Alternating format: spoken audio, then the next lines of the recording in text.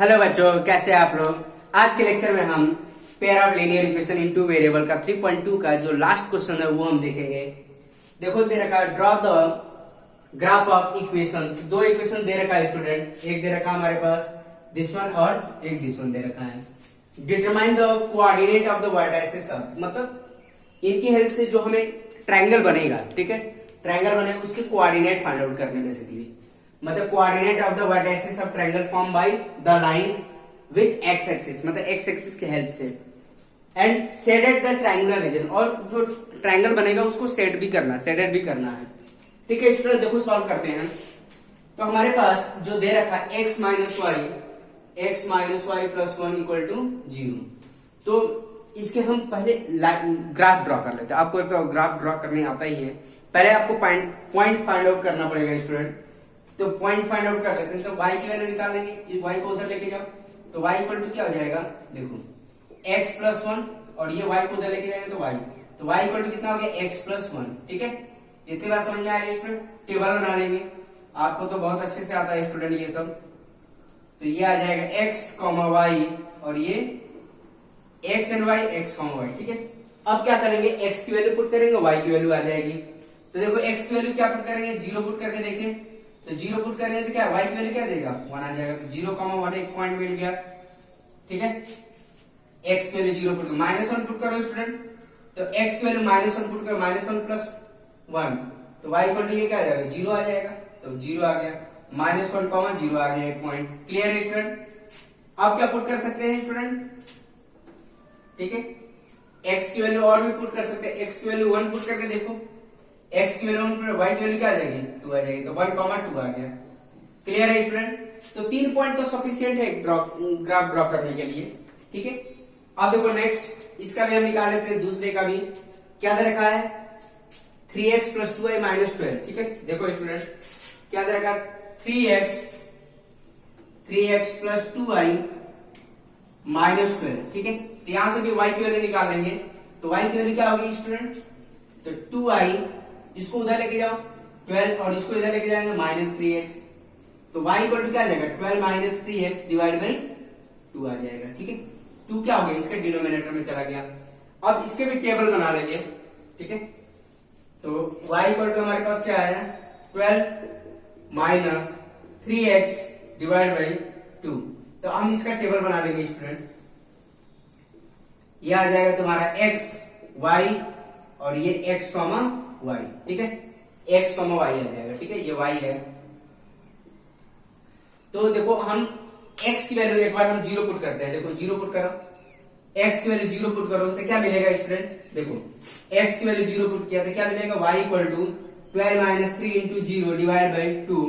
तो y equal to क्या आ जाएगा, 12 माइनस 0 डिवाइड बाई 2, यही मिलेगा। तो y इक्वल टू क्या आ गया, 12 बाई 2, y इक्वल टू कितना आ गया, 6 आ गया। तो 6 मिल गया, 0,6 हो गया। इतनी बात समझ में आ रही है स्टूडेंट, क्लियर है। अब x की वैल्यू हम क्या पुट कर सकते हैं, x की वैल्यू 4 पुट करके देखो, x की value 4, x equal to 4 put करो स्टूडेंट, देखो तो y इक्वल टू कितना मिलेगा, 12 माइनस 3 इंटू 4 डिवाइड बाई 2, मतलब x की जगह क्या पुट करेगा 4, तो y इक्वल टू कितना मिलेगा, 12 माइनस 12 डिवाइड बाई 2, तो y इक्वल टू क्या मिलेगा, 0/2, मतलब y 0 आ गया। तो x की वैल्यू 4 पर y कितना मिल रहा है, 0 मिल रहा है स्टूडेंट। ठीक है, तो 4,0 आ गया। क्लियर है स्टूडेंट, आए बात समझ में। x की वैल्यू 2 पुट करके देखो, 2 पुट करके देखो, x की वैल्यू 2 पुट करके देखें स्टूडेंट, तो क्या मिलेगा, 2 पुट करके तो y इक्वल टू क्या आ जाएगा, 12 3 2 डिवाइड बाई 2, मतलब x की जगह पर 2 पुट किया हमने, तो y इक्वल टू क्या मिलेगा, 12 माइनस 6 डिवाइड बाई 2, तो y इक्वल टू क्या मिला गया, 6/2, y इक्वल टू 3 आ गया स्टूडेंट। क्लियर है। तो ये तो बहुत आसान था स्टूडेंट, हमने ऐसे बहुत सारे किए हैं। अब क्या करेंगे, हमें पॉइंट मिल चुके हैं तो हम इसके ग्राफ ड्रॉ कर सकते हैं। ठीक है, एक्स एंड वाई एक्सिस बनाकर पॉइंट प्लॉट कर सकते हैं। तो देखो स्टूडेंट, जो हमने पॉइंट निकाला है उसको इसमें प्लॉट कर लेंगे, ये एक्स एंड वाई एक्सिस पर। तो देखो यार, पहला एक पॉइंट क्या था, 0,1। 0,1 का मतलब एक्स की वैल्यू 0 एंड वाई की वैल्यू 1 है, तो मतलब ये कौन सा पॉइंट एक्सिस पर लाई करेगा, वाई एक्सिस पर लाई करेगा। क्यों, क्योंकि एक्स की वैल्यू 0 है। ठीक है, तो ये पॉइंट ये आ जाएगा, ये कौन सा पॉइंट होगा, 0,1, ठीक है। ये वाला पॉइंट कौन सा होगा? 0,1 होगा। फिर आएगा -1,0, -1,0 मतलब ये वाला पॉइंट आ जाएगा। ये कौन सा पॉइंट होगा? -1,0। इतनी बात समझ में आ रही है स्टूडेंट? क्लियर है। एंड नेक्स्ट पॉइंट है 1,2, 1,2, x की वैल्यू 1 और y की वैल्यू 2, तो मतलब ये वाला पॉइंट आएगा स्टूडेंट, ये वाला पॉइंट आ जाएगा, ठीक है, 1,2। इतनी बात समझ में आ रही है स्टूडेंट? ये आ जाएगा 1,2 आ जाएगा, ठीक है। अब इसको ड्रॉ कर लेंगे, अब इसको ज्वाइन कर लेंगे सारे पॉइंट को, तो ये बन जाएगा स्टूडेंट, ठीक है, ये एक लाइन बन जाएगा, ठीक है, और एक ये बन जाएगा, ठीक है। तो ये हमारे लाइन बन गई, तो इसका नाम लिख लेंगे x - y + 1 = 0। तो इस लाइन की इक्वेशन लिख देंगे स्टूडेंट, ठीक है। इतनी बात समझ में आ रही है? वैसे हम देखो पहला तो बना लिए, सेकंड भी ड्रॉ कर लेते हैं। क्लियर? तो इसमें क्या हमें 0,6, पहला पॉइंट क्या है? 0,6 है। तो 0,6 मतलब ये भी किस पर लाई करेगा? y एक्सिस पर लाई करेगा। तो 0,6 समथिंग ये होगा, 0,6 होगा। क्लियर है स्टूडेंट?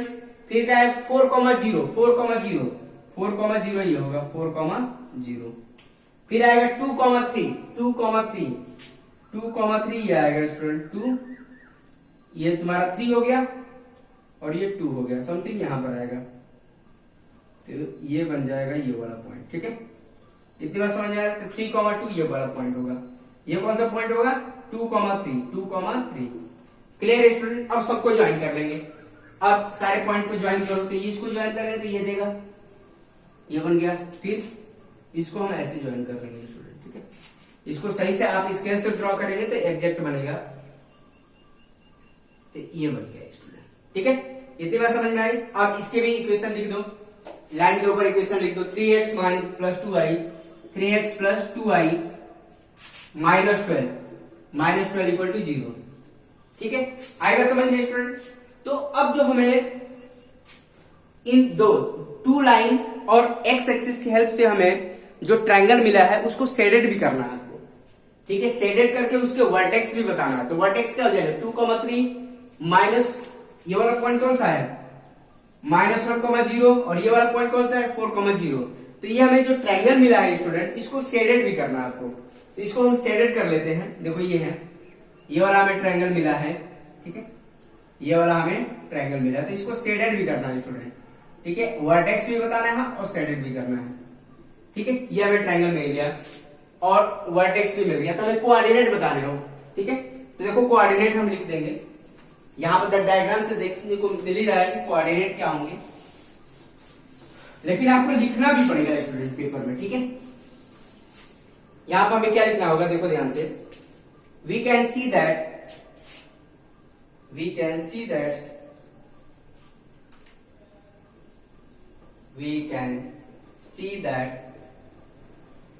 ठीक है, two lines intersect each other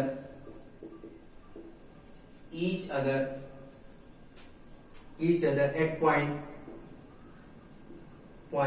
2,3, ठीक है, at point 2,3. We can see that two lines intersect each other at point 2,3 and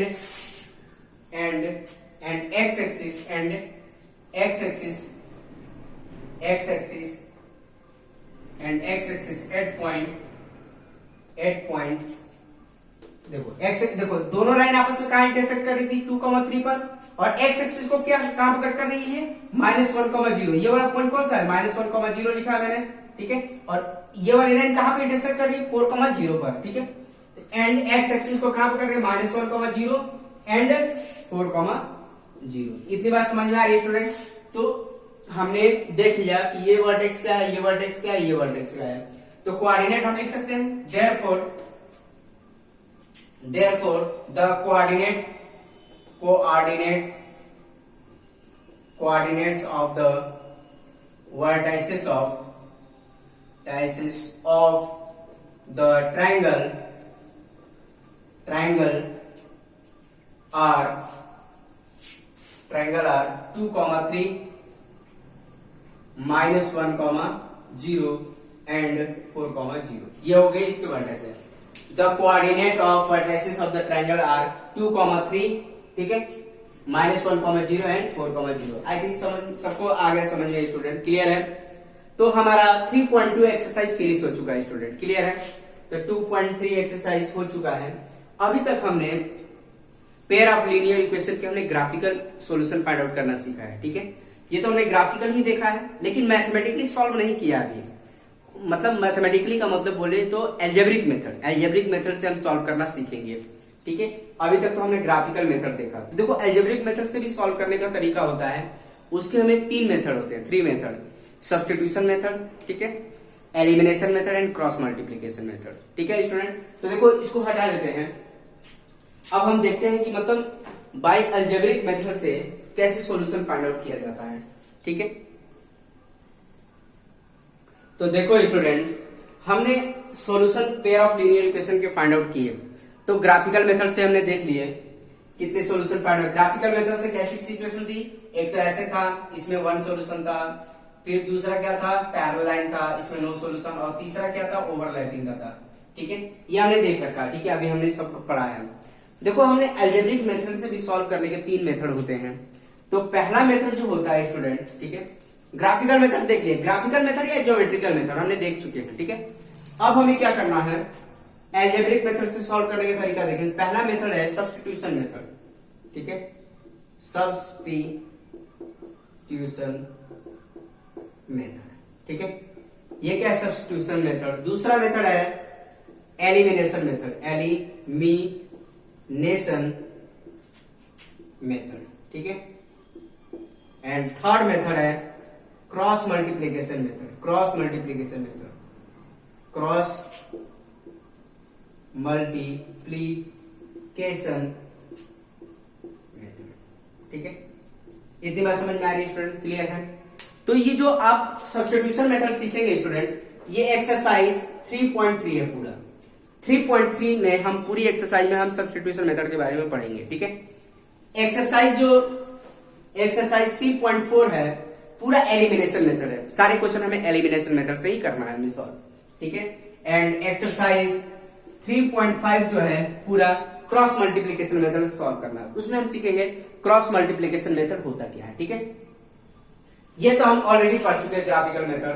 अब हम एक एक करके एल्जेब्रिक मेथड से सॉल्व करने का तरीका सीखेंगे, ठीक है। एक एक मेथड सीखेंगे स्टूडेंट। तो देखो सब्स्टिट्यूशन मेथड, मैं सब्स्टिट्यूशन मेथड का बेसिक कॉन्सेप्ट समझा देता हूं कि सब्स्टिट्यूशन मेथड में होता क्या है, ठीक है। तो देखो स्टूडेंट, यहाँ पे मैं समझा दे रहा हूं।